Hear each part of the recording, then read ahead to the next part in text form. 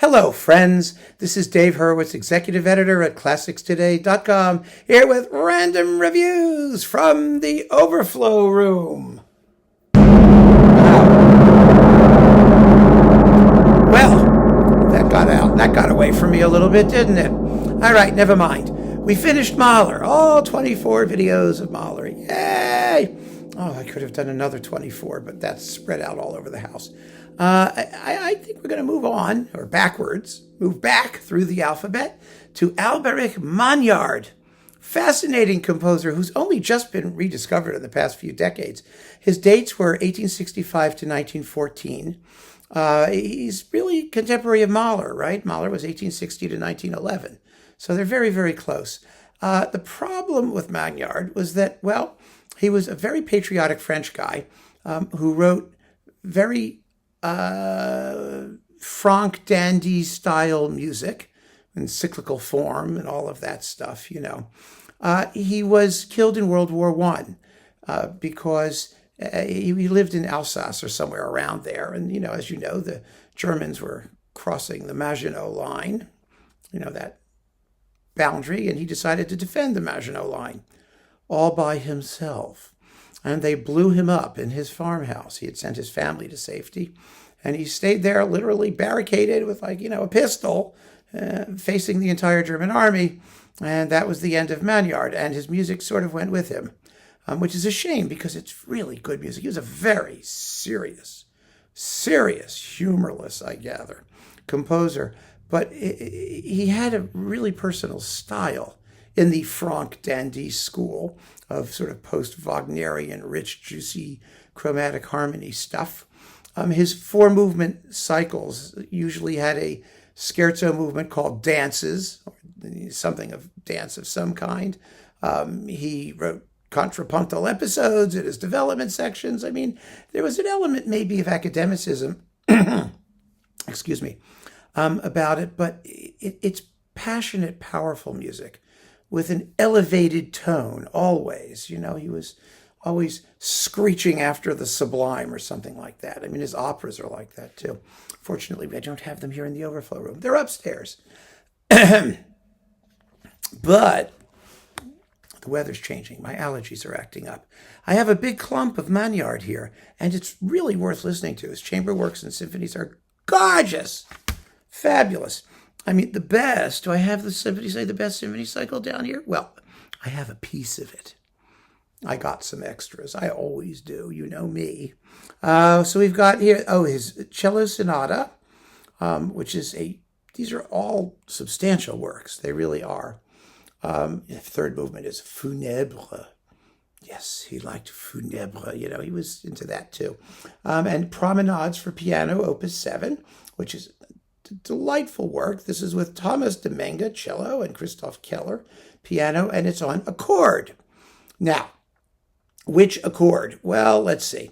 Accord is one of those labels that's bounced around. There are a bunch of them. There's CD Accord, which is actually a Polish label. And then there's Universal Accord, which is part of Universal, which I think used to be this Accord when it was just Accord.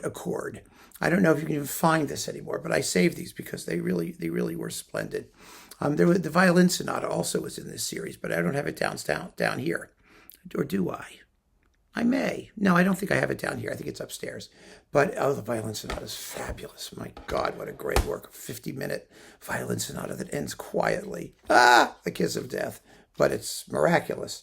Oh, here's the violin sonata. All right. This is the Accord, Universal Accord reissue of what used to be on this label with a different, more Frenchy painting Cézanne-like cover. So it's the same recording. It's a very good performance in a somewhat ample acoustic, let's just say. But they really play. It's a 42-minute long violin sonata. And then 3 pieces for piano, and En Dieu, mon espérance, 4 minutes of something or other, In God, my hope. And the suite in the old style for piano, 4 hands. So it's all on here. You've got to hear that violin sonata. The second movement, the scherzo, the dance movement. It's I think it's called. Well, whatever. It's yeah da da da da da da da da da da da da da da da da. It's wonderful. And then it has a trio section that goes ya da da ya da da da da da da da da da da da da. I mean, you're gonna go running around humming Magnard. Your friends are all gonna wonder what is wrong with you, or what it is. Then we've got the Symphony Cycle with Jean-Yves Ossens and the BBC Scottish Symphony Orchestra on Hyperion. It's decent. It's good. It's not the best. It's a little bit, I think, light and not as fabulously well played and recorded as it could be. Unlike this, which is the cycle to get, with Thomas Sanderling and the Malmo Symphony Orchestra. It's fabulous on bis. It's slower than Ossens. Some might think it's more heavy and Germanic, but Magnard was heavy and Germanic. I mean, that was his style. It really was. And Sanderling loved this music. I know that because he told me. So there you go. And I'm not trying to use personal relationships to try and promote something because I really don't have one. We were acquaintances, but I know who he was. And we talked, about some of these records when they came out. And boy, this is good stuff. The fourth is a masterpiece. A huge, amazing masterpiece, and this is a fantastic performance, stunningly well recorded. So yeah, that you have to get. He did all of them. I have the whole cycle upstairs, but I had an extra one of 2 and 4 because it's just so amazing. Then we've got the String Quartet, Opus 16, which is another 38 minutes, big, beefy work with the Artist Quartet. This was the world premiere recording for 1986. Can you imagine? I mean, it was only his Opus 16. It was written, whenever. But it's wonderful. And again, like the cello sonata, the first movement is called Sonata, then Serenade is the scherzo, Chant funèbre, funeral march, and Danse is the finale in this case. You get the dances. It was his style. And once you get to know his stuff, you'll be familiar with the way he puts his music together, and you'll appreciate it and enjoy it all the more. Then we got this sucker. This is the Ulcermet French stuff, sort of. You also have, what else is here? The Dukas Symphony with Walter Weller. Four fabulous French symphonies on a double-decker. The Franck Symphony, the Magnard Third with Ulcermet, the Chausson Symphony with Ulcermet. Those are all Ulcermet, and then the Walter Weller Dukas Symphony in C. It's a wonderful decatuffer.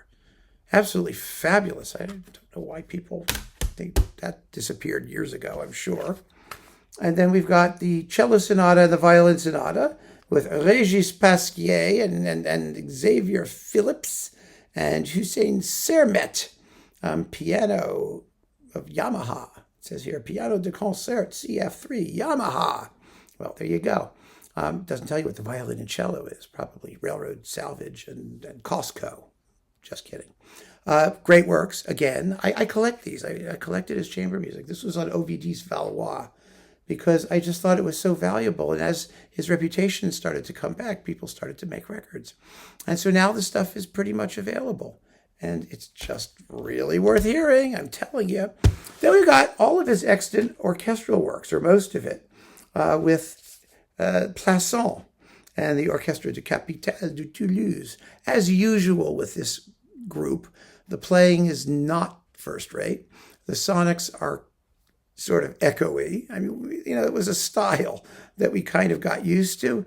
The performances are good.